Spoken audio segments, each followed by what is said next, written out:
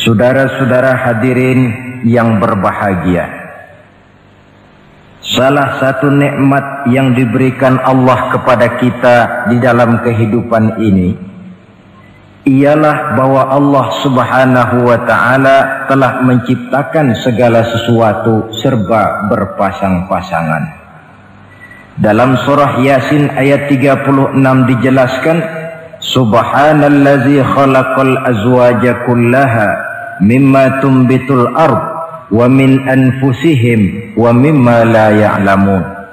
Maha suci Allah yang telah menciptakan segala sesuatu itu serba berpasang-pasangan, dari apa yang tumbuh di permukaan bumi, apa yang ada di dalam diri mereka sendiri, dan apa-apa yang mereka tidak mengetahuinya. Demikianlah kita lihat siang berhadapan dengan malam, benar berhadapan dengan salah, dan laki-laki berhadapan dengan perempuan. Setelah Allah menciptakan segala sesuatu itu serba berpasang-pasangan, maka Allah menetapkan aturan permainan yang mengatur seluruh kehidupan makhluk yang serba berpasang-pasangan itu. Kita tentu maklum, apapun saja yang kita lakukan dan kita perbuat tanpa ada aturan akan berakhir dengan kekacauan. Cobalah kita bikin satu sekolah, buka satu sekolah, tidak usah pakai aturan, tentu kacau. Bikin organisasi tanpa memakai aturan, tentu kacau. Demikian daripada kehidupan ini, kalau tanpa ada aturan, tentu kekacauan yang akan timbul. Allah pencipta manusia. Allah tahu benar kemampuan maksimal manusia. Oleh sebab itu, aturan permainan yang diturunkan Allah tentu sesuai benar untuk manusia. Satu contoh kecil, pabrik mobil di Jerman bikin mobil namanya Mercy. Seiring dengan itu dia keluarkan buku petunjuknya. Mobil ini namanya Mercy, kecepatan maksimal sekian ratus kilometer per jam, daya angkut maksimal sekian ratus kilogram. Kalau rusak memperbaikinya begini, onderdilnya pun ini. Karena pabriknya yang membuat mobil, lalu pabriknya pula yang mengeluarkan buku petunjuk, sudah tentu buku petunjuk itu sesuai benar dengan mobilnya. Dan tidak bisa kita punya mobil Mercy rusak, lalu kita perbaiki dengan menggunakan buku petunjuk yang dikeluarkan oleh pabrik mobil Toyota misalnya. Jelas mobil bukan tambah baik, malah makin hancur tidak karu-karuan. Kalau manusia menginginkan satu hidup yang baik, tidak ada pilihan lain, dia harus memakai aturan yang diturunkan oleh yang bikin manusia. Dan aturan itu telah turun dalam bentuk agama Islam yang kita cintai ini. Manusia laki-laki dihiasi dengan perasaan senang cinta kepada perempuan. Itu biasa, normal, wajar. Tapi lalu Allah menurunkan aturan permainan yang kalau peraturan ini dilanggar akan membawa kerugian bagi manusia sendiri. Bahwa laki-laki senang sama perempuan itu normal. Agama membuat aturan silahkan senang, tetapi lewat satu pintu yang disebut nikah. Kalau peraturan ini diabaikan, yang rugi tentu manusia sendiri. Misalnya PLN keluarkan pengumuman, nanti malam mulai jam 6 sampai subuh listrik se-Jakarta mati total. Kita ingat, ini nanti malam saya giliran ronda. Pagi-pagi sudah kita siap beli batu baterai, masukkan ke dalam baterai. Dari sejak kita beli sampai sore itu baterai kita soroti terus. Tentu setelah sore soak batu baterai itu. Datang malam berangkat kita ronda, Kalau disoroti lagi kan baterainya sudah nggak terang lagi. Sudah sewak. Sebab apa? Belum waktunya sudah disoroti terus. Sekarang kalau ada orang belum masuk pintu pernikahan, nafsu seksualnya diobral terus. Itu kan sama juga belum datang malam, baterainya sudah disoroti terus. Nanti masuk pernikahan, soak. Berhadapan dengan istrinya, barangkali sudah nggak bisa apa-apa, cuma nyengir saja. Yang rugi manusia sendiri. Itulah sebabnya Allah lalu mengatur bahwa laki senang sama perempuan lewat satu pintu yang disebut dengan nikah. Maka pada pertemuan kali ini kita akan bicara tentang nikah dalam Islam. Saya bagi kepada 3 masalah pokok saja. Pertama, pengertian dan kedudukan nikah menurut Islam. Yang kedua, motivasi pernikahan. Karena apa orang itu seharusnya melakukan nikah. Dan yang ketiga, membina rumah tangga bahagia menurut contoh Rasulullah Sallallahu Alaihi Wasallam. Hadirin yang saya hormati, kita mulai dengan yang pertama, pengertian nikah. Dalam kehidupan sehari-hari ada 2 kata yang sering kita gunakan, kawin dan nikah. Kalimat kawin kelihatannya dipergunakan oleh semua makhluk hidup. Lain dengan nikah, ini hanya digunakan khusus untuk manusia muslim. Makanya kita sering dengar orang bilang, kucing kawin, ayam kawin, kambing kawin. Dan belum pernah kita dengar ada ayam nikah atau kucing nikah. Sebab apa? Nikah ini cuma dipakai oleh makhluk bernama manusia yang muslim. Apa pengertian nikah? Seorang tokoh, Abi Yahya Zakaria Al-Ansari, di dalam kitab Fathul Wahhabnya menjelaskan, an-nikahu aqdun yatadammanu ibahatal wat'i bilafzi inkahin au nahwihi. Nikah adalah akad, yaitu ijab dan qabul, yang akad ini menjamin dibolehkannya pergaulan bebas antara laki-laki dan perempuan. Jadi kalau sementara anak muda kita beranggapan bagaimana Islam ini kolot, masa laki-laki tidak boleh bergaul dengan perempuan, itu anggapan salah. Islam bukan saja tidak melarang, malah menganjurkan laki-laki bergaul dengan perempuan sebebas-bebasnya, sepanjang pergaulan itu bisa dipertanggungjawabkan, baik menurut hukum negara, lebih-lebih menurut hukum agama. Coba orang kalau sudah akad, sudah ijab qabul, ada saksi, ada wali, selesai itu dia masuk ke dalam kamar berdua, bergaul di situ sebebas-bebasnya, itu saya kira 100% halal. Tidak perlu lagi orang curiga, tidak perlu lagi sembunyi-sembunyi. Kenapa? Ini bentuk pergaulan yang bisa dipertanggungjawabkan. Kalau tidak, dengan dalih new morality, kebudayaan modern, lalu melakukan yang disebut free love, free sex, common living, hidup bersama tanpa nikah alias kumpul kebo. Dan saya kira itu kebo cuma mewakili saja. Artinya begitulah kalau binatang itu kumpul. Sebab kumpul kucing pun saya kira begitu, kumpul ayam pun begitu. Kebo cuma mewakili binatang dalam kalimat itu. Tengoklah berapa banyak sudah bayi-bayi yang lahir ke dunia ini tanpa tahu kemana dia harus memanggil bapak. Berapa banyak gadis-gadis bergelimpangan jadi korban dari orang-orang yang tidak bertanggung jawab. Itu semua merupakan ironi. Maka menjauhkan manusia dari aturan agama pada hakikatnya sama dengan usaha membinatangkan manusia.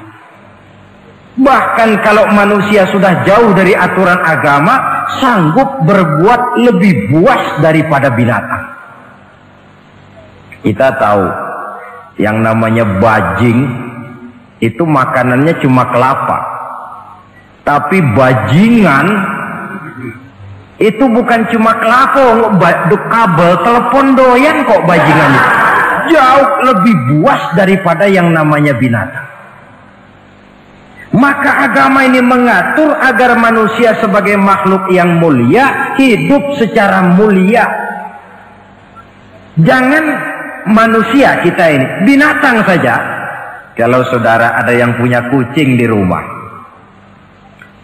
saudara taruh di depannya, saudara sendiri yang langsung kasih ikan di piring, kasih kucing. Aduh, dia akan makan dengan tenang, nikmat, lahap, tidak nengok kiri, tengok kanan. Kenapa? Dia yakin betul yang dia makan itu sudah resmi, sah. Sebab apa? Tuan rumah yang kasih. Tapi kalau si kucing ngambil sendiri di dapur, mencuri dia, setelah dapat dia bawa lari, makan pun tidak tenang. Kenapa? Mesti nengok kiri, nengok kanan. Rupanya instingnya pun bekerja. Ini bukan hak saya mencuri. Saudara-saudara, tengok orang yang sudah terlibat dalam pergaulan suami istri yang sah, itu kan nggak perlu tengok kanan, tengok kiri, nggak perlu takut-takut. Kenapa? Sudah sah. Tapi kalau yang bukan istrinya, wah itu sudah seperti kucing nyolong ikan, tengok kiri, tengok kanan, tidak pernah mengalami ketenangan. Itu selintas pengertian nikah. Lalu bagaimana kedudukan nikah menurut Islam? Ternyata nikah dalam pandangan Islam tidak cuma sekedar untuk memenuhi kebutuhan biologis manusia, tidak cuma sekedar untuk memperkembangbiakkan keturunan, tidak cuma sekedar untuk mendapat ketenangan hidup. Lebih tinggi daripada sekedar itu, nikah dalam pandangan Islam ibadah. Jadi kalau kita ditanya, Pak, ibadah apa yang paling enak dalam Islam? Jawabannya jelas, nikah. Begitu enaknya ibadah yang namanya nikah ini, sampai yang sudah pernah pun pengen ulangan. Namanya ibadah. Tetapi tentu ada konsekuensi. Oleh karena nikah ibadah, dan semua ibadah dalam Islam tidak boleh dikerjakan setengah hati atau main-main. Sholat ibadah, tidak boleh main-main atau setengah hati atau coba-coba. Puasa ibadah, tidak boleh main-main, setengah hati atau coba-coba. Dan oleh karena nikah pun ibadah, punya nilai sakral, juga tidak boleh main-main, setengah hati atau coba-coba. Dus nikah eksperimen tidak dikenal dalam Islam. Mas, saya dengar sampean sudah nikah ya? Iya mas, saya cuma nyoba saja kok ini kok. Kalau enak terus, enggak ya bubar. Ini tidak ada nikah eksperimen, sebab dia punya nilai sakral yang bermotifkan ibadah. Itu pengertian dan kedudukan nikah. Lalu apa motivasi suatu pernikahan? Karena apa seharusnya orang nikah itu? Apa landasannya?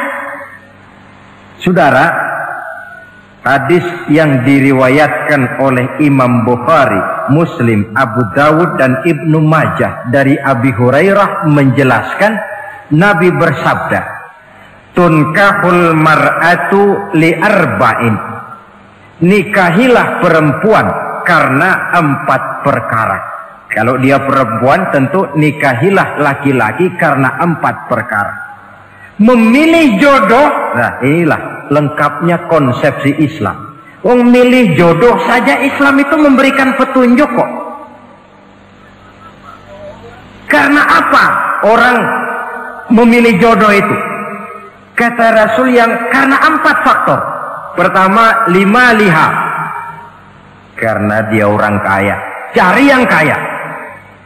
Yang kedua, lihasabiha, karena dia keturunan orang baik-baik, cari keturunan orang baik-baik. Yang ketiga, lijamaliha, karena dia cantik, cari yang cantik. Dan yang keempat, lidiniha, karena dia orang taat beragama, cari orang yang taat beragama. Kalau berkumpul keempat-empatnya, rasanya surga dunia sudah.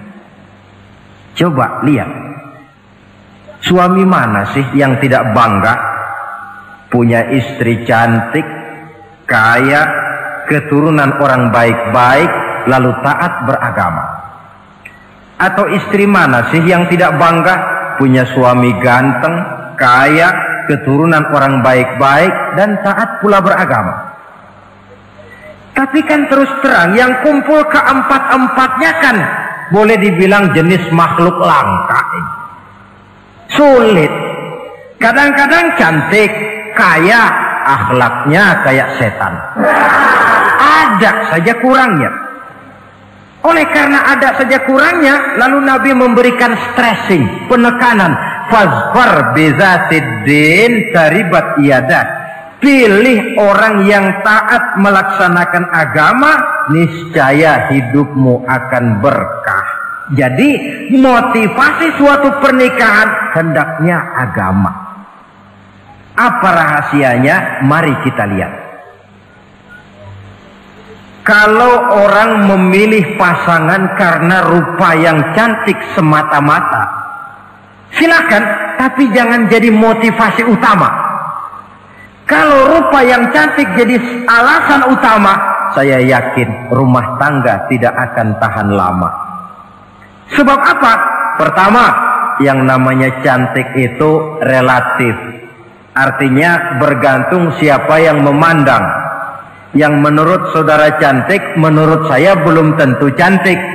Yang kata saya cantik, menurut saudara barangkali itu yang jelek. Relatif. Saya kalau ditanya orang, Ustadz, siapa perempuan paling cantik di dunia ini? Tentu saja saya jawab istri saya. Apa saudara lalu protes? Salah Ustadz, yang cantik istri saya, bukan istri Ustadz. Saya bilang, masa bodoh saya nggak ngurusi istri sampean. Cantik itu relatif. Sehingga di kalangan para ahli cinta, ahli cinta, sampai sekarang masih jadi perdebatan. Sebenarnya cantik yang bikin orang jatuh cinta, apa cinta yang membuat orang jadi kelihatan cantik? Dua-duanya bisa terjadi. Mungkin karena cantik orang jatuh cinta, dan bisa juga karena sudah kadung cinta orang kelihatannya jadi cantik. Tapi yang jelas cantik relatif. Yang relatif tidak bisa dijadikan sandaran utama. Yang kedua, yang namanya cantik itu temporer, artinya berubah oleh pergeseran masa dan pertukaran waktu. Sekarang dia cantik, of course, sedang sweet 17-an, sedang honeymoon, sedang bulan madu, sedang pengantin baru, tentu saja cantik. Punya dia anak satu, kecantikan mulai menurun. Punya dia anak dua, kulit mulai keriput. Punya dia anak tiga, apalagi tak pandai bersolek, sudahlah onderdir mulai pada copot. Kalau rumah tangga didasarkan kepada rupa yang cantik saja, selesailah rumah tangga sampai di situ. Yang ketiga, di atas langit, rupanya masih ada langit lagi. Di atas yang kita anggap cantik, rupanya masih ada yang lebih cantik.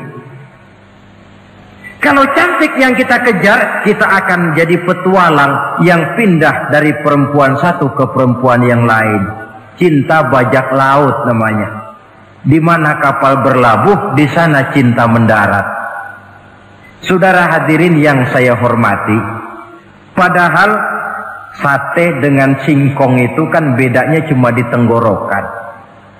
Kalau sudah masuk ke dalam perut, kenyangnya barangkali sama. Malah barangkali besok pagi kalau keluar lebih tidak enak baunya sate itu daripada singkong.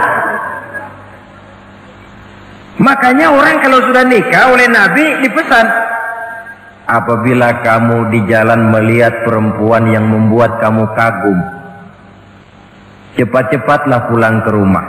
Sebab apa?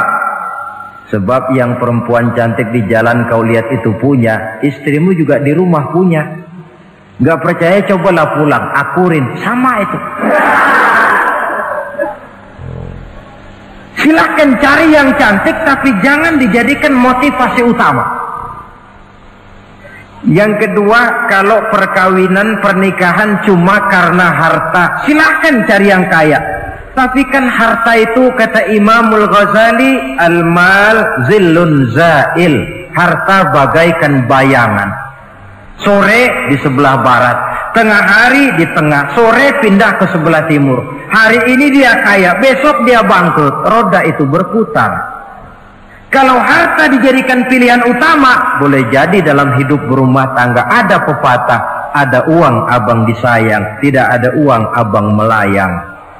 Artinya pun rumah tangga tidak akan tahan lama. Yang ketiga, kalau karena keturunan, persilahkan cari keturunan yang baik-baik. Namun toh pada akhirnya orang diajarkan bahwa kita ini mau besar atau tidak bukan dengan jalan menyempeng kepada kebesaran orang lain, tetapi ditentukan oleh kepribadian kita sendiri.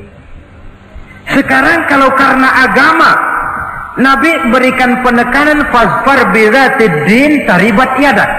Pilih orang yang taat beragama, niscaya hidupmu akan beruntung. Apa rahasianya? Tidak lain rumah tangga Rasulullah Sallallahu Alaihi Wasallam. Yang ini artinya kita sudah masuk kepada bagian ketiga, bagaimana membina rumah tangga bahagia menurut contoh baginda Nabi. Saudara, bagaimana sih rumah tangga Rasul itu?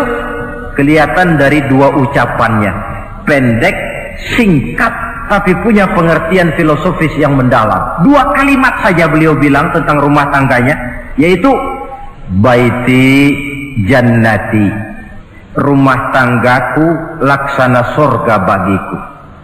Bayangkan kalau seorang suami sudah mampu berkata macam begitu, bahagia hidupnya. Ini barangkali tantangan buat kita semua. Mampukah kita di rumah tangga berkata semacam perkataan beliau tadi? Baiti jannati, rumah tanggaku laksana surga bagiku. Padahal dari sejarah kita baca, Rasul itu rumahnya kecil, tidurnya di atas pelepah daun korma, sampai berbekas di pipinya. Sarapan paginya seteguk zam-zam, sepotong roti, kadang-kadang 3 butir korma. Tempat tidurnya bukan alga spring bed atau Dunlop pillow macam kita punya. Di rumahnya tidak ada mebel spaghetti model yang lagi ngetop-ngetopnya. Entah di tengah rumah macam itu, beliau sanggup berkata, baiti jannati. Kenapa kita yang hidup di zaman di mana fasilitas mestinya lebih menunjang, kok malah banyak yang berkata sebaliknya? Baiti nari, rumah tanggaku laksana neraka bagiku. Padahal dilihat dari segi materi, rumahnya bertingkat, mobilnya serba berkilat, uangnya banyak berlipat-lipat, istri pun cantik memikat, kadangkala boleh jadi jumlahnya 4. Tapi tiap hari kiamat. Kenapa ini? Marilah kita lihat. Ternyata rumah tangga Rasul itu motivasinya tidak lain agama. Agama menuntun suami dan istri masing-masing untuk tahu kewajiban dan tahu haknya. Kalau kewajiban sudah dilaksanakan, lalu hak diberikan, akan timbul pengertian, understanding. Kalau sudah ada saling pengertian, akan timbul ketenangan, feeling of security.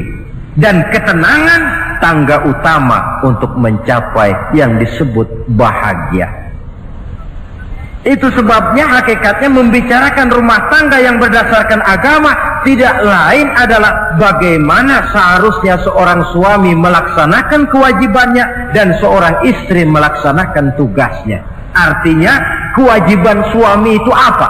Kewajiban istri itu apa? Kewajiban istri hak suami, kewajiban suami hak untuk istrinya menurut tuntunan dan tuntutan agama. Saudara hadirin, menurut hadis riwayat Abu Dawud dari Muawiyah bin Haidah, satu hari Rasul ditanya, ya Rasul, apa sih hak istri-istri kami ini? Artinya kewajiban kami sebagai suami ini apa? Rasul menjawab, pertama, anta ta'amaha iza ta'imta, kau beri istrimu makan sebagaimana engkau makan. Saudara hadirin, tetapi seorang istri pun kalau sudah diberikan nafkah oleh suaminya untuk mengatur makanan, dia harus pandai mengaturnya dengan sebaik-baiknya. Menu yang teratur, gizi yang lengkap, dan saya kira yang namanya 4 sehat 5 sempurna itu kan tidak berarti bahwa hidup ini harus serba mewah, tidak. Yang penting ada variasi sehingga tidak merangsang suami untuk makan di luar. Jangan misalnya tahu suaminya senang jengkol lalu tiap hari saja jengkol, itu kan bisa kejengkolan. Dengan demikian, masalah yang kelihatannya sepele tetapi yang sebenarnya bisa menjaga keharmonisan atau malah keretakan rumah tangga harus kita perhatikan dengan sebaik-baiknya. Suami memberikan nafkah, dari jumlah itu 60% lari ke kredit, 40% lari ke dapur. Tentu pada akhirnya sang suami akan merasa curiga, padahal barangkali istrinya pun berniat baik, cuma hanya tidak ada keterbukaan di dalam mengurus masalah-masalah yang berhubungan dengan dapur. Inilah kewajiban yang pertama dari seorang suami, kewajiban yang menyangkut masalah pangan. Lalu yang kedua, wataksuwaha izaktasaita, engkau beri istrimu pakaian sebagaimana engkau berpakaian. Suami yang adil, pakaian yang dia pakai sama harganya dengan yang dibelikan untuk istrinya, kecuali tentu kalau istrinya ridho. Zalim seorang suami jikalau untuk dia misalnya dia beli pakaian yang mahal-mahal, jasnya dia pakai Switzerland wool, sarungnya Samarinda, kalau dia pakai sepatu belilah sepatunya, sementara istrinya cuma pakai kain belacu saja. Kenapa mesti begitu? Sebab saudara hadirin, istri kita sebenarnya adalah bagian daripada hidup kita. Baik dia dilihat orang, baik juga kita disebut orang. Jelek dia dipandang orang, tentu jelek juga nama kita disebut orang. Apalagi hidup bermasyarakat, kadang-kadang mulut usil itu kan sudah banyak macam ragamnya. Itu siapa sih perempuan yang jalan? Kenapa? Itu pakaian yang tidak dipakai sih tidak mahal, cuma pakaiannya serasi, pantas, enak dilihat. Oh, terang saja dia kan istrinya si Meun. Nah, Meun yang sedang tidur barangkali tidak tahu apa-apa mendapat sebutan baik. Cobalah kalau istri kita semaunya saja, orang akan bilang, ah itu perempuan, kenapa saya gerah ngelihatnya, mau ke pasar cuma pakai kutang saja. Tentu suami pun akan mendapat sebutan yang tidak baik. Cuma sang istri kalau sudah dibelikan pakaian oleh suami, termasuk alat-alat kecantikan di dalamnya, pakaian itu tentu dipakai, niat pertama adalah untuk menyenangkan hati suami. Seorang istri yang memakai bedak untuk menyenangkan suami, misalnya tiap polesan bedak ada pahalanya. Dia pakai lipstik untuk menyenangkan hati suaminya, tiap goresan lipstik ada pahalanya, bernilai ibadah. Ini kewajiban yang kedua. Yang ketiga, wala tadribil wajha. Kalau marah jangan memukul muka. Maksudnya apa ini? Kewajiban memberikan perlindungan, sehingga si istri merasa ada tempat dia mengadu, ada tempat dia melarikan persoalan, ada tempat dia bergantung. Kalau marah jangan memukul muka, dan memukul itu pun upaya terakhir. Kalau tidak bisa dengan kata yang lemah lembut, agak sedikit keras katanya. Kalau dengan kata yang keras tidak juga bisa pisah tempat tidur. Kalau memang tidak bisa juga dengan pukulan yang tujuannya bukan untuk menyakiti, tetapi untuk mendidik. Allah tadribal wajha. Kalau marah jangan memukul muka, dan memukul pun bukan jalan pertama, tapi upaya terakhir dengan tujuan bukan untuk menyakiti, tapi untuk mendidik sang istri. Kewajiban untuk memberikan perlindungan. Yang keempat, wala tuqabbih. Jangan memburuk-burukan istrinya. Kewajiban menjaga nama baik. Sebab apa? Dalam satu bahasa yang indah, Al-Quran menjelaskan bahwa suami istri itu laksana pakaian. Hunna libasul lakum wa antum libasul lahunna. Istri pakaian untuk suami, suami pakaian untuk istri. Lihatlah alangkah indah gaya bahasa Al-Quran ini. Diibaratkannya suami istri seperti pakaian. Apa fungsi pakaian? Pertama, pakaian itu kan jadi kebanggaan. Saya bangga memakai baju seperti ini, saudara bangga memakai baju yang saudara pakai. Artinya seorang suami harus berusaha menjadi suami kebanggaan istri, dan seorang istri pun harus berusaha menjadi istri yang dibanggakan oleh suaminya. Jangan yang malah kemudian disesali. Itu kan kalau sudah marah orang kadang-kadang ucapannya nggak terkontrol. Istri marah sama suami, bang, nyesel gue punya laki kayak gitu. Sudah hilang lagi kebanggaan. Kalau kebanggaan hilang, wibawa pun hilang. Kalau wibawa sudah hilang, maka rumah tangga sudah sulit untuk dipertahankan. Yang kedua, yang namanya pakaian itu kan menutup aurat. Itu tujuan pakaian yang terpenting. Artinya di sini, kalau seorang istri mempunyai kekurangan, suamilah yang menutupi. Kalau seorang suami mempunyai kekurangan, istri juga harus berusaha menutupi. Jangan kekurangan suami diceritakan di pasar umum, atau kekurangan istri dibuka di mana-mana. Itu namanya suami istri tidak berfungsi sebagai pakaian, malah justru saling membuka aurat masing-masing.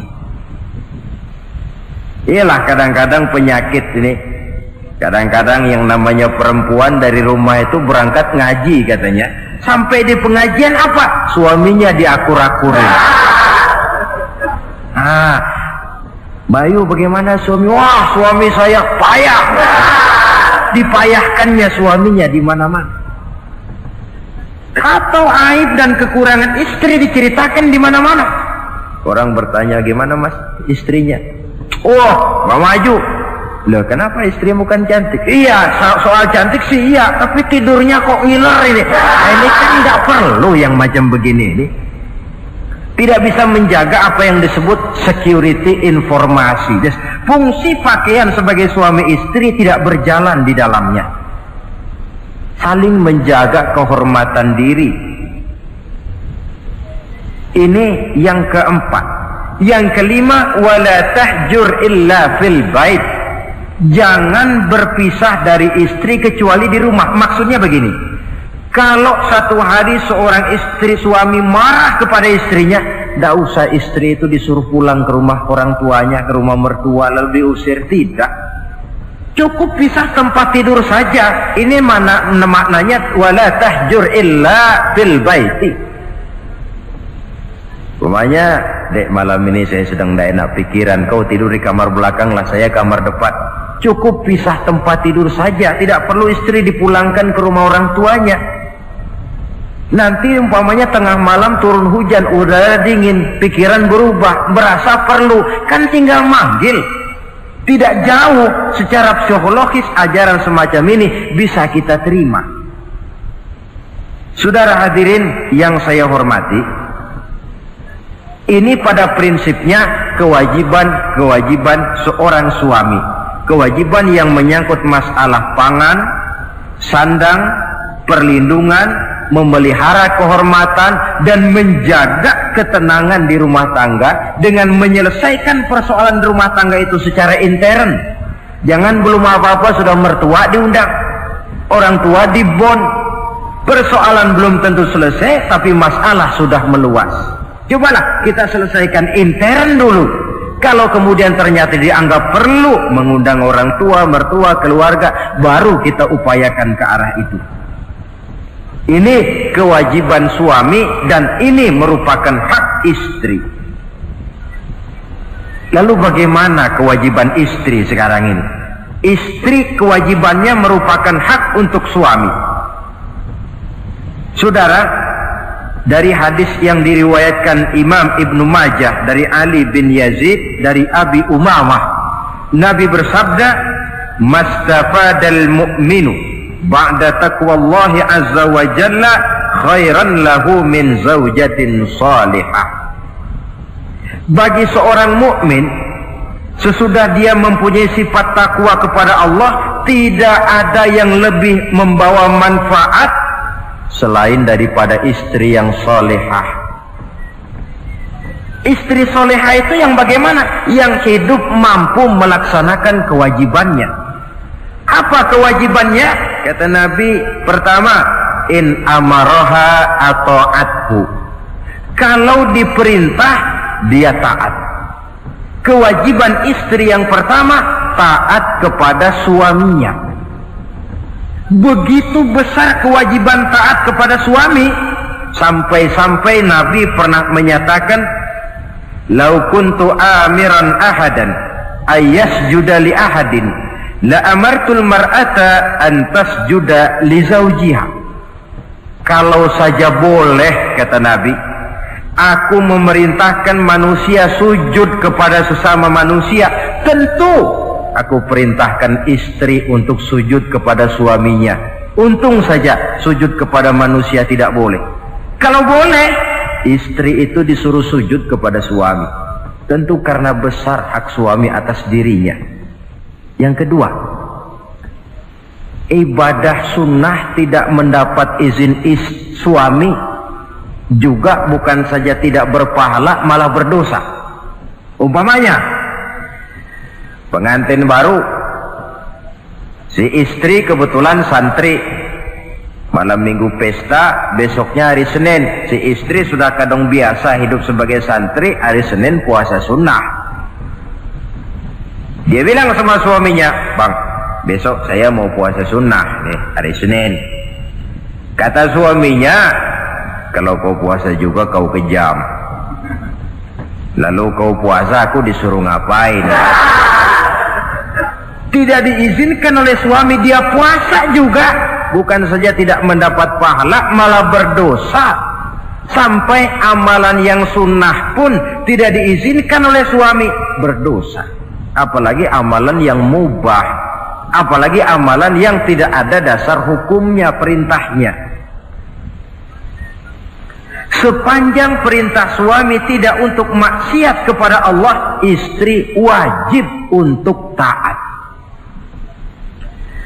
Dalam hadis lain kita temukan Nabi bersabda, "Idza da'a ar-rajulu imra'atahu ila firashihi."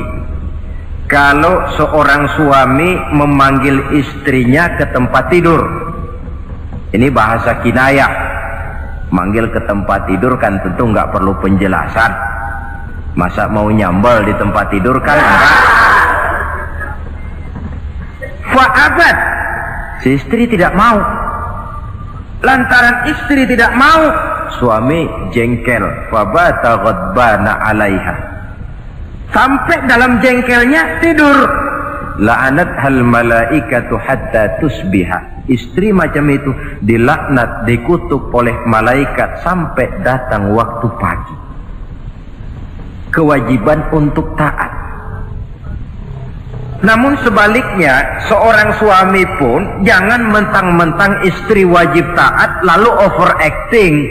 Segalanya main tunjuk, segalanya main komando, segalanya main perintah. Sebab contoh yang diberikan oleh Rasul tidak begitu. Rasul kita baca dalam sejarah menjahit bajunya sendiri, memperbaiki kasutnya sendiri. Artinya yang bisa ya dikerjakan tanpa harus menggantungkan semuanya kepada sang istri. Kewajiban untuk taat. Nah, penutup tentang taat ini ada sebuah hadis pula di mana baginda Nabi bersabda, ayyumam ra'atin matat wa zawjuha anha radin dakhalatil jannah.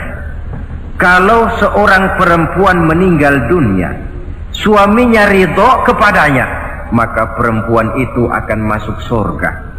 Artinya, kalau seorang istri meninggal, ya dia tukang ngaji, ya tukang sholat, ya suka puasa, ya gemar sedekah, tapi meninggal suaminya tidak ridho, pintu surga belum dibukakan sampai suaminya ridho kepadanya. Ini menggambarkan tentang besarnya kewajiban taat seorang istri kepada suaminya. Ini kewajiban pertama.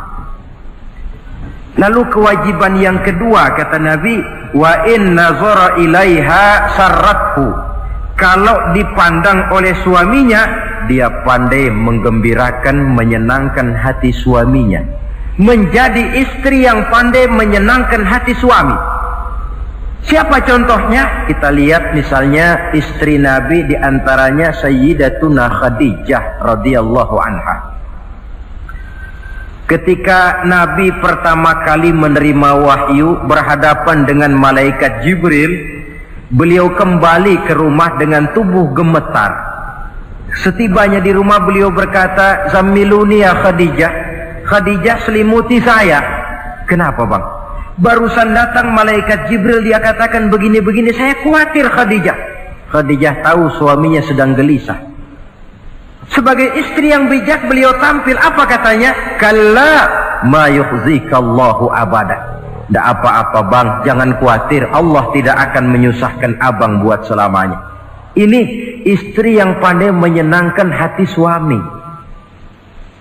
Suami pulang dagang dari pasar, rugi. Istri tampil. Itulah bang, romantikanya dagang. Masa selamanya saja, untung sekali-sekali lah rugi. Si suami kan tidak terlalu pusing kepalanya. Jangan sudah di pasar rugi, sampai rumah istri pidato, peletar-peletor macam petasan. Dasar suami goblok, dagang saja rugi. Sudahlah di pasar rugi, sampai ke rumah digoblok-goblokin. Itu nanti suami kan bisa kena penyakit yang disebut broken home. Penyakit nggak betah di rumah. Seorang istri kalau suami sudah kena penyakit tidak betah di rumah, itu mesti siap-siap mental untuk dimadu. Nah, jadi kalau tidak dimadu bagaimana? Berusaha bikin betah suami di rumah. Suami pulang kantor jam 2, setengah 2 dandan, kalau perlu setel habis. Kalau perlu kelihatan suami akan datang, bukakan pintu, sambut dengan senyum. Apalagi kalau senyumnya Pepsodent. Saya kira suami bagaimanapun lelahnya, peras keringat, banting tulang, pulang mencari nafkah, kalau kembali di rumah disambut dengan senyum, hilang capeknya. Tapi bayangkan, sudahlah di kantor capek, peras keringat, banting tulang, sampai pula di rumah yang nyambut cuka sama kukusan. Udah asem, monyong. Suami mana yang kerasan tinggal di rumah? Menjadi istri yang pandai menggembirakan, menyenangkan hati suaminya. Bahkan diizinkan bohong untuk menyenangkan hati suami. Umpamanya, suami kebetulan habis obyeknya gol. Karena ingin menyenangkan istri, mampir di pasar beli kain batik. Si suami tidak tahu bagaimana kain batik yang bagus, beli saja sembarangan. Sudah kainnya kasar, warnanya norak, harganya yang mestinya murah jadi mahal, dibawa pakaian itu pula. Istri lihat dan tahu kalau ini batik jelek, norak, kasar, harganya pun murah. Tapi dia ingin menyenangkan hati suaminya. Suaminya tanya, bagaimana dek kain batik ini? Waduh bang, bagus betul kain ini. Pinter bener abang milih warna ini. Emang yang kayak begini ini bang, coba lihat tetangga kita mana ada yang pakai kain kayak begini. Ya memang gak ada, jelek. Suami senang tentu. Lalu kain itu oleh istrinya, ngaji dipakai, keundangan dipakai, tidur dipakai, masak dipakai, nyuci pun dipakai. Suami makin bangga, wah kain yang saya beliin dipakai terus ini. Lain pula istrinya, dalam hati dia berpikir, biarin deh gue pakai terus biar cepat hancur, nggak ada urusan. Coba kalau waktu itu si istri jujur, dasar laki goblok, beli kain kayak begini, sono pulangin. Nah, mungkin suami yang sudah payah-payah mau menyenangkan hati istrinya malah berbalik pikirannya. Saudara hadirin, ini kelihatannya penting untuk menjaga suasana keharmonisan di dalam kehidupan berumah tangga.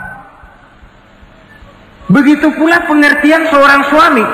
Rasul pernah pulang dari masjid agak larut malam, rupanya banyak orang bertanya. Ketuk pintu, assalamualaikum, sampai 3 kali tidak dibukakan pintu. Rupanya Aisyah lelap benar tidurnya. Rasul sadar beliau pulang kemalaman dan tahu istrinya capek bekerja di waktu siang. Asyraful anbiya wal mursalin ini menghormati istrinya. Salam 3 kali tak dibukakan pintu, bukan marah, malah gelar sorban di depan pintu. Di situ beliau tidur. Tengah malam Aisyah mau sholat, buka pintu, terkejut lihat suaminya tidur di depan pintu. Dibangunkan. Begitu dibangunkan, Rasul lebih dahulu berkata, Aisyah, maafkan saya pulang terlambat memang sebab banyak yang bertanya di masjid. Sudahlah tidur di depan pintu, begitu dibukakan beliau dulu yang minta maaf. Sulit jadi suami semacam ini. Yang enak kalau sudah nggak dibukain pintu, istri kepulesan, lalu sekali buka pintu kan yang enak kita tunjuk jidatnya, lo tidur kayak tembok ya. Saudara hadirin, menjadi istri yang pandai menyenangkan hati suaminya, sebab tidak ada seorang suami bisa sukses baik di medan tugas, di masyarakat, di kantor, di toko, di tempat manapun kalau tidak ditunjang oleh peran serta dari para istrinya. Karena itulah perempuan walaupun peranannya tidak begitu kelihatan, sebenarnya sangat menentukan. Seorang suami yang jujur, polos, lugu, sederhana, sanggup menjadi koruptor ulung karena didorong-dorong oleh istrinya. Merangsang ketamakan suami. Istri dibakar oleh tetangganya. Bang, kenapa? Kau kan di kantor kepala bagian. Lalu, tangga kita pegawai kecil saja bang, tapi coba lihat istrinya kalau pakai gelang kayak pelek beca bang gelangnya. Kau kepala bagian gak bisa beliin saya macam gitu, kepala bagian goblok. Lalu bagaimana bu, gaji saya kan sudah jelas segitu. Iya, kamu kan kepala bagian. Apaan kayak di kantor sabet. Kalau sudah main sabut-sabutan begini, sudah merangsang suami untuk berbuat yang tidak baik. Kecil, tidak begitu kelihatan, tapi sangat menentukan. Istri yang soleh, yang bisa melaksanakan kewajibannya, yaitu pandai menyenangkan hati suaminya. Ini kewajiban istri yang kedua.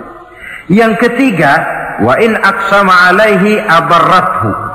Kalau suami memberikan sesuatu, dia pandai berbakti, menjadi istri yang pandai bersyukur kepada suami. Kita ingat ketika pulang Mi'raj kan Rasul bercerita, saya dalam perjalanan itu diperlihatkan neraka, kata Rasul. Saya lihat kok isinya kok lebih banyak perempuan daripada laki-laki. Nah, sahabat heran, ya Rasul, lebih banyak perempuan? Iya. Apa mereka tidak sholat? sholat. Apa mereka tidak pernah hadir di majelis taklim? Oh, rajinan dia sama suaminya. Ada apa, tidak pernah baca Quran? Rajin. Lalu kenapa kok isinya kebagian besar perempuan? Rasul menjawab, hunna yakfurnal asir. Mereka umumnya tidak pandai bersyukur kepada suaminya. Hujan panas setahun dibalas dengan hujan sehari. Kalau suaminya sedikit salah, sudah kehilangan pertimbangan, tertutup seluruh kebaikannya. Yang kelihatan cuma salahnya saja. Maka sebaiknya di dalam hidup berumah tangga, baik suami maupun istri itu masing-masing sedia timbangan. Kalau satu saat suami salah, istri ambil timbangan. Timbang, suami saya salahnya ini, jasanya ini. Bertahun-tahun dia hidup mencari nafkah buat saya, membelikan pakaian untuk saya, mencarikan makan untuk saya. Salahnya ini. Timbang, mana lebih banyak salahnya atau benarnya? Dengan demikian kita akan bisa menghasilkan keputusan objektif. Giliran istri yang salah, suami yang ambil timbangan, ukur mana lebih banyak baiknya atau salahnya. Kalau tiap kita masing-masing punya timbangan, insya Allah nilai-nilai objektif dari suatu pertimbangan akan bisa kita temukan dalam mengambil keputusan.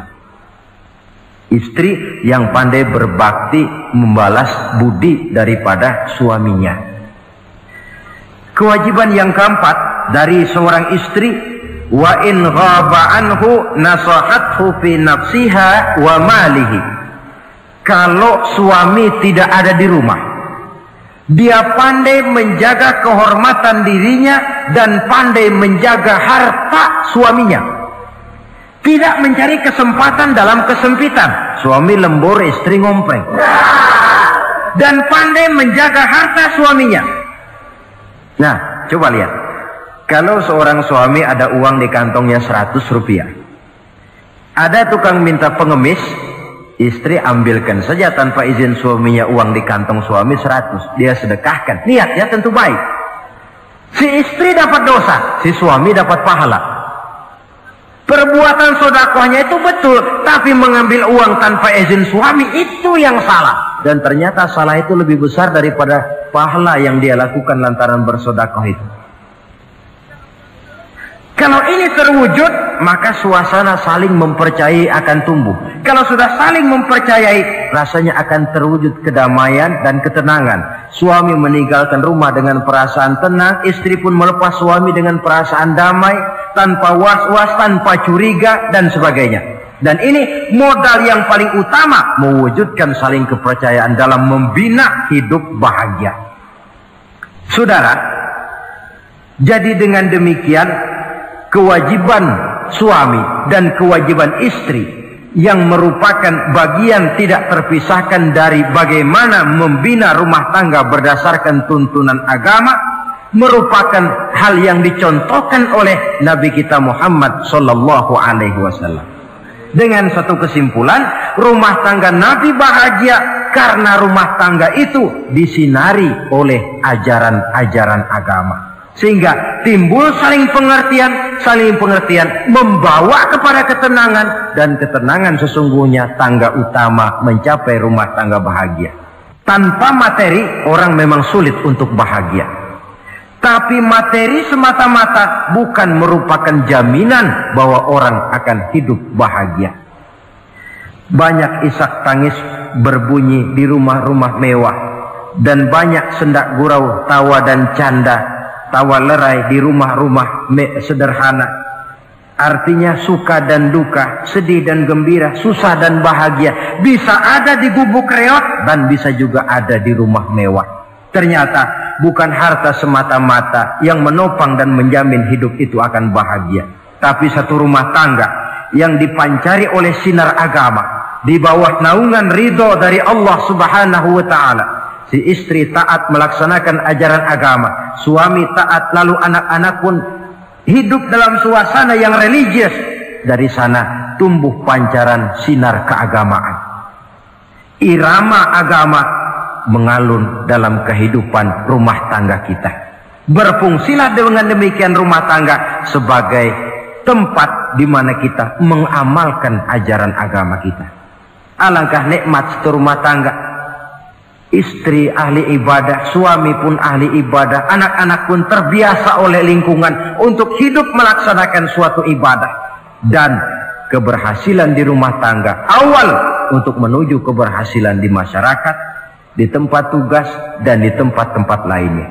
Sebaliknya, kehancuran rumah tangga akan selalu menjadi awal kehancuran karir di masyarakat, di tempat kerja, dan di tempat-tempat lainnya. Oleh karena itu, berangkat dari hal semacam inilah, maka kita berkeyakinan rumah tangga yang bahagia ialah rumah tangga yang didasarkan kepada ajaran agama. Sehingga tercapailah kebahagiaan hidup di dunia yang langsung menopang kepada kebahagiaan hidup di akhirat nanti. Nah, inilah pembicaraan kita pada pertemuan kali ini. Dengan harapan, mudah-mudahan dari setiap rumah tangga muslim memancar sinar-sinar agama, menjadi kubu-kubu pertahanan di mana kita menegakkan ajaran agama, dan pada akhirnya nanti akan tercipta masyarakat. Oke, ini adalah perjalanan kita.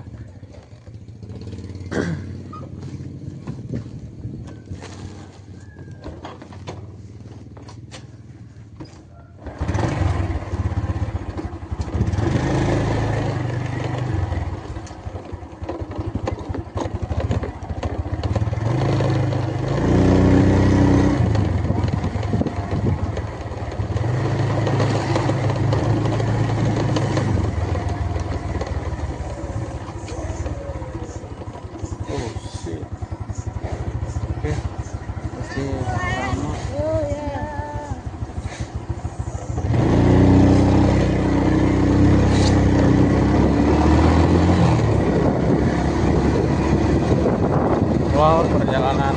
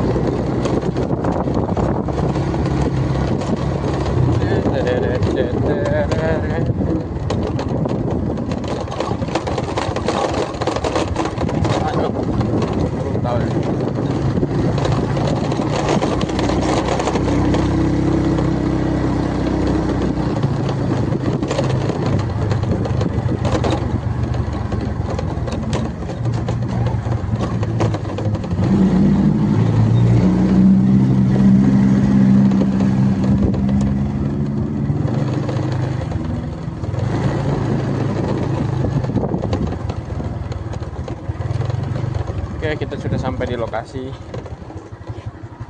sang Bapak Astra. Kau lagi muhur.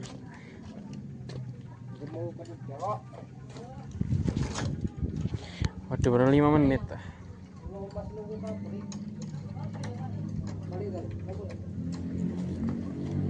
Oke guys,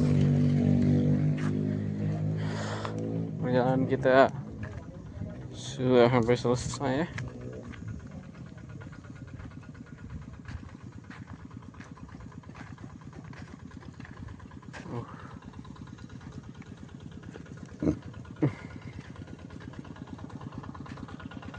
Ada traktor di tengah kolam.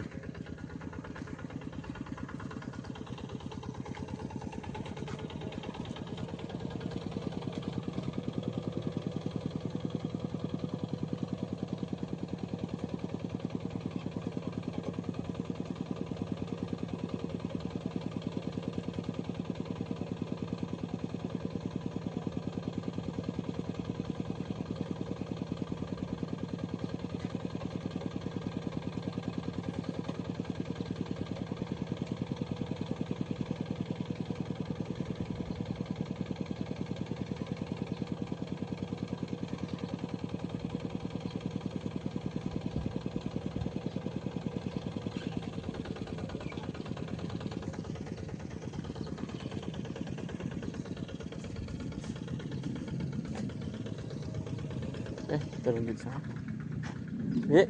Ngapain? Oh, buat opa. Oh, ada itu.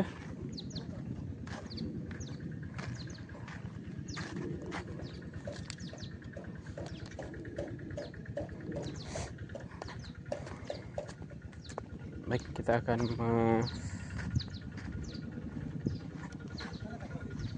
itu di dalam. Apa?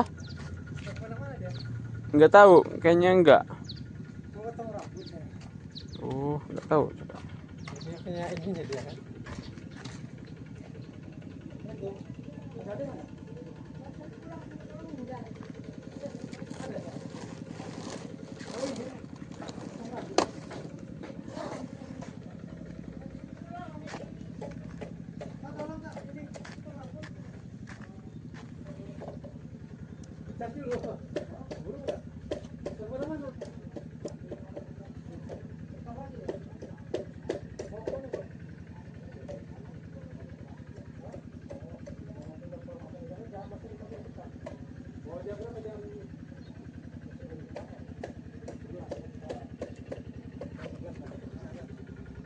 Boleh dicas dulu.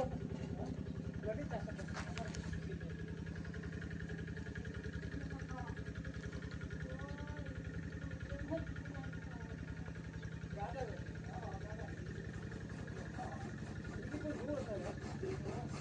Oke guys, tuh suasana di siang hari sini.